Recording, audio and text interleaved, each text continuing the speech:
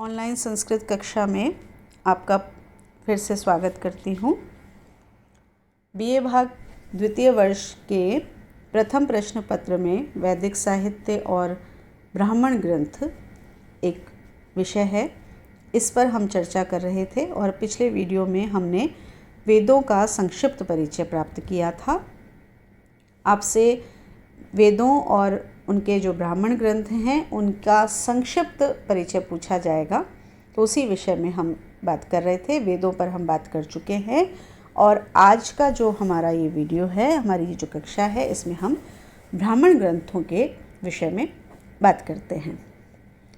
देखिए, वेदों का जो अर्थ था, क्योंकि वेदों की रचना वेद संस्कृत में थे, देववाणी में थे, तो जो संस्कृत भाषा को नहीं जानते थे, वेदों की पहुंच उन तक नहीं रही।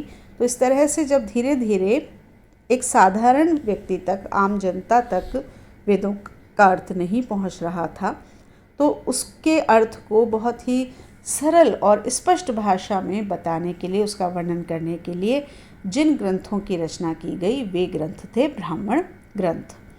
वेदों के अर्थ ज्ञान के साथ साथ ब्राह्मण ग्रंथों ने यज्ञों और कर्मकांडों की जो क्रियाविधि थी उसको भी भलीभांति समझाने का प्रयास किया। इन ग्रंथों को ब्राह्मण ग्रंथ क्यों कहा जाता है, इसके लिए विद्वान कहते हैं कि ब्राह्मण का अर्थ है मंत्र, क्योंकि इसमें मंत्रों की व्याख्या की जाती है, इसलिए इन्हें ब्राह्मण कहा जाता है। दूसरा ये कहा जाता है कि ब्राह्मण शब्द का अर्थ रहस्य भी है और इन ग्रंथों ने वैदिक रहस्यमय श्लोकों के अर्थों की व्याख्या की है, इसलिए भी इनको ब्राह्मण कहा जाता है। इसमें यज्ञों का आध्यात्मिक, आधिदैविक और वैज्ञानिक जो महत्व है वो भी बताया जाता है। ब्राह्मण का अर्थ तीसरी परिभाषा के अनुसार यज्ञ होता है, क्योंकि यहाँ पर यज्ञों की व्याख्या की गई, उसकी क्रियाविधि का वर्णन किया गया, इसलिए भी इन ग्रंथों को ब्राह्मण कहा जाता है। तो इस प्रकार से जो ब्राह्मण ग्रंथ हैं उन्हें ब्राह्मण ग्रंथ क्यों कहा जाता है, इसके लिए ब्राह्मण शब्द को लिया गया और ब्राह्मण शब्द के अलग अलग अर्थ किए। किसी ने ब्राह्मण शब्द का अर्थ मंत्र कहा, किसी ने रहस्य कहा और किसी ने यज्ञ कहा, और उसी से उसके नामकरण को जोड़ा है। अधिकांश जो ब्राह्मण ग्रंथ हैं वो गद्य में ही लिखे गए हैं। ब्राह्मण ग्रंथों से हमको उत्तरकालीन जो समाज है और वहाँ की जो संस्कृति है उसका ज्ञान हमको प्राप्त होता है। ब्राह्मण ग्रंथों में परीक्षित के बाद और बिंबिसार के पूर्व की जो घटनाएं हैं वो हमको ब्राह्मण ग्रंथों में प्राप्त होती हैं। वाचस्पति मिश्र ने ब्राह्मण ग्रंथों का जो प्रयोजन बताया है वो बताया है निर्वचन, मंत्रों का विनियोग, अर्थवाद और विधि। वैदिक साहित्य में ऋग्वेद को सबसे ऊपर माना जाता है, तो ऋग्वेद के बाद जो स्थान आता है वो आता है शतपथ ब्राह्मण का। भट्ट भास्कर ने कर्मकांड और मंत्रों के व्याख्यान ग्रंथों को भी ब्राह्मण कहा है। भट्ट भास्कर कहते हैं ब्राह्मणम नाम कर्मणस तन्मंत्राणाम व्याख्यान ग्रंथः। इस तरह से उन्होंने कर्मकांड और मंत्रों का जो व्याख्यान करने वाले ग्रंथ हैं उनको ब्राह्मण ग्रंथ कहा है। ब्राह्मण ग्रंथों के विषय में प्रश्न उठता है कि उसकी भाषा शैली कैसी है। तो ब्राह्मण ग्रंथ क्योंकि वेद के जो कठिन शब्द हैं उनकी व्याख्या करते हैं, उनकी व्याख्या करने के लिए ही उनका निर्माण हुआ है, और वेदों के जो मंत्र हैं उनको सरल रूप में समझाते हैं। इस कारण से जो ब्राह्मण ग्रंथ हैं उनकी भाषा बहुत ही सरल है, बहुत ही स्पष्ट भाषा है। प्रसाद गुण से युक्त हैं ये, जिसमें जो साधारण व्यक्ति है वो भी वेदों में वर्णित ज्ञान को सरलता से समझ सके, इसलिए वहाँ जो भाषा का प्रयोग किया गया है वो बहुत ही सरल और सहज भाषा का प्रयोग किया गया है। इसकी भाषा ऐसी भाषा है जो वैदिक और लौकिक दोनों संस्कृत को जोड़ने का काम करती है, और जो शैली है वो प्रसंग के अनुकूल शैली का प्रयोग किया गया है।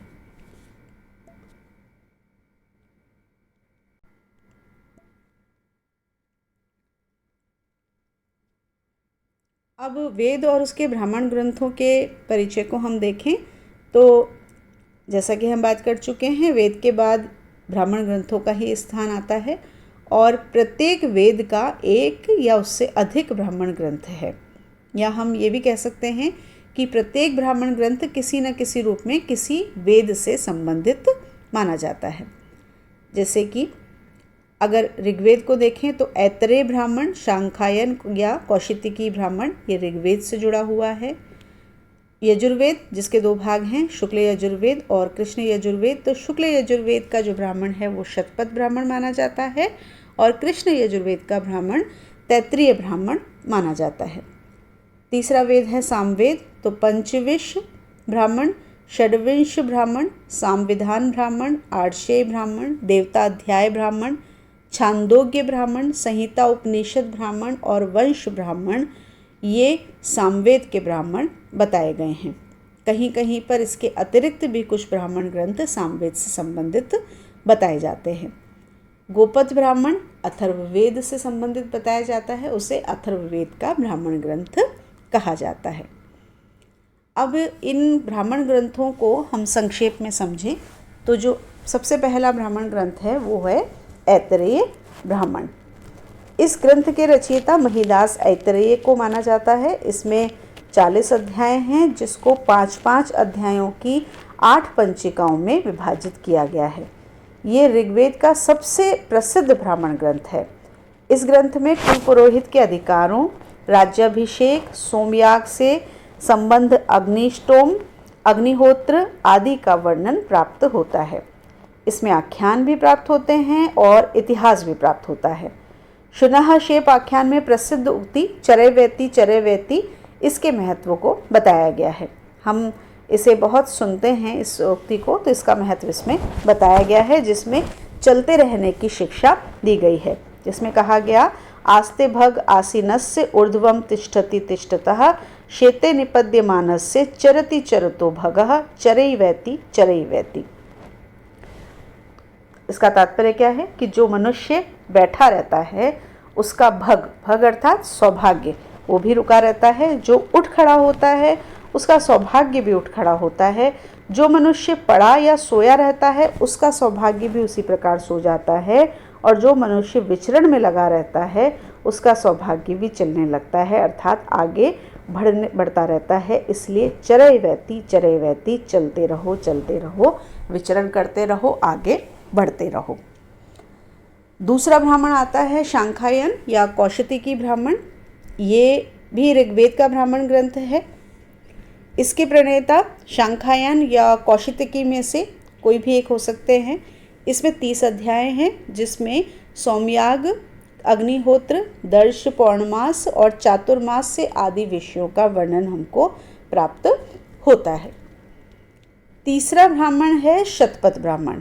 ये शुक्ल यजुर्वेद का ब्राह्मण ग्रंथ है और इसके जो रचयिता हैं वो याज्ञवल्क्य को माना जाता है, और जितने भी ब्राह्मण ग्रंथ हैं उनमें सबसे अधिक महत्वपूर्ण स्थान शतपथ ब्राह्मण ग्रंथ को ही प्राप्त होता है।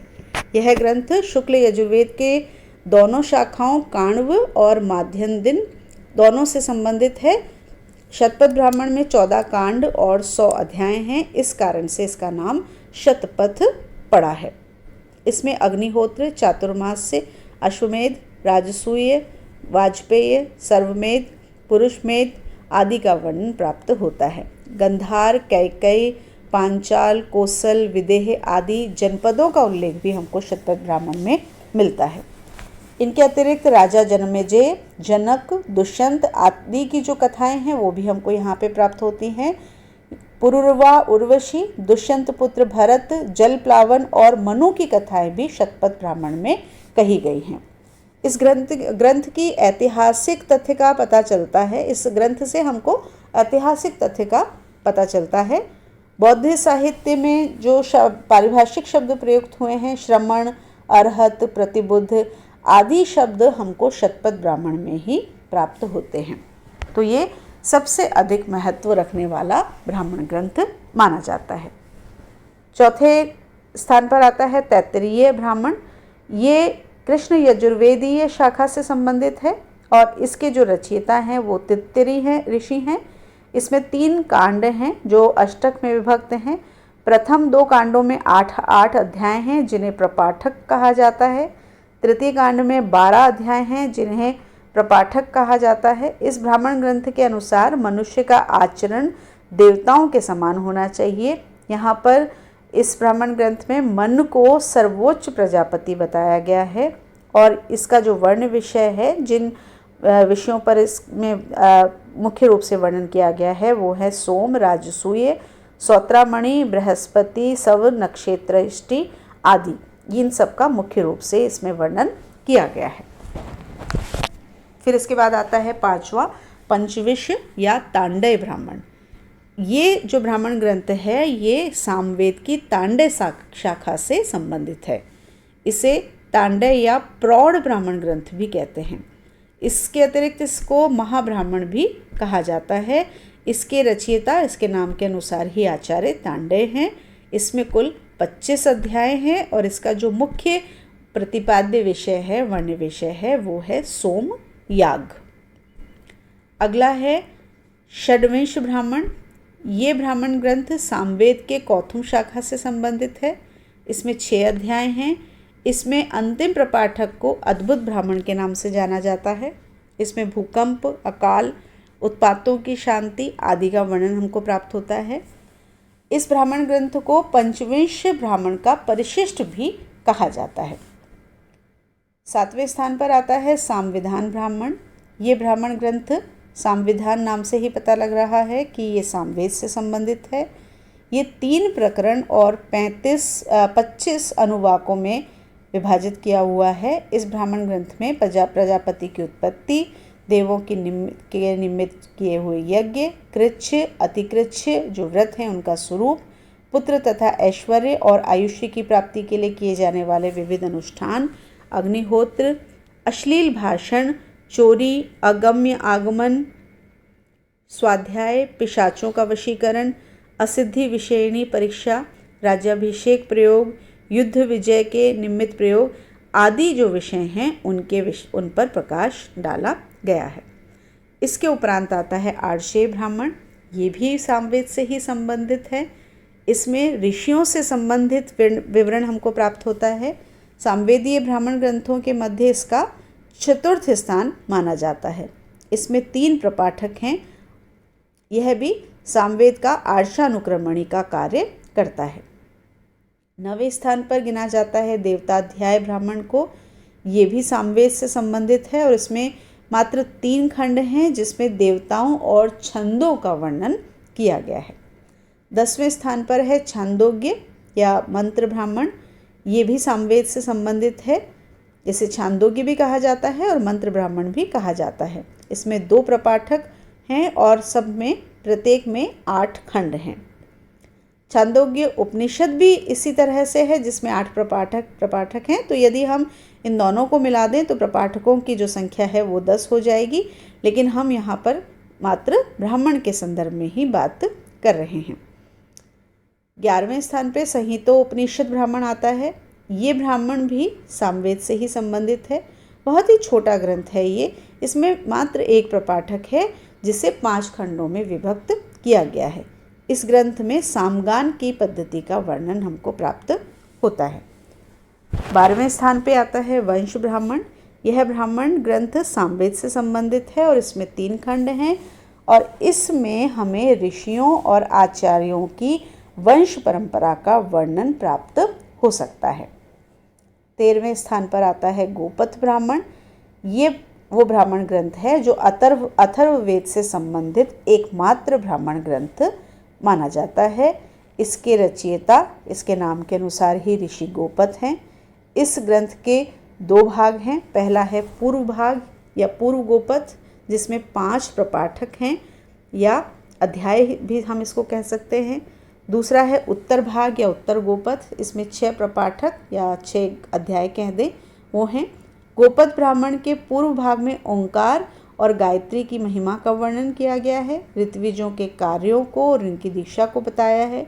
ब्रह्मचारी के क्या कर्तव्य हैं, संवत्सर सत्र, अश्वमेध, पुरुषमेघ, अग्निष्टोम आदि का वर्णन भी इसमें प्राप्त होता है। इसके उत्तर भाग में विभिन्न प्रकार के यज्ञों और उनसे संबंधित जो आख्यायिकाएं हैं उनका वर्णन हमको प्राप्त होता है। गोपथ ऋषि ने चारों वेदों में अथर्ववेद को ही सबसे महत्वपूर्ण ग्रंथ माना है। तो इस तरह से ये एक संक्षिप्त परिचय था जो हमने ब्राह्मण ग्रंथों के संबंध में प्राप्त किया है।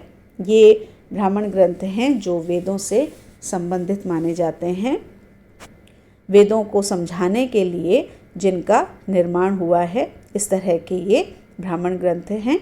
ये कहा जाता है कि वेद में कुल मिलाकर के 1,00,000 मंत्र हैं और उन 1,00,000 मंत्रों में 4,000 मंत्र ज्ञान कांड विषयक हैं, 16,000 मंत्र उपासना विधि के हैं और 80,000 मंत्र कर्मकांड विषयक हैं। इन मंत्रों की व्याख्या करने के लिए ही ब्राह्मणों का निर्माण हुआ है।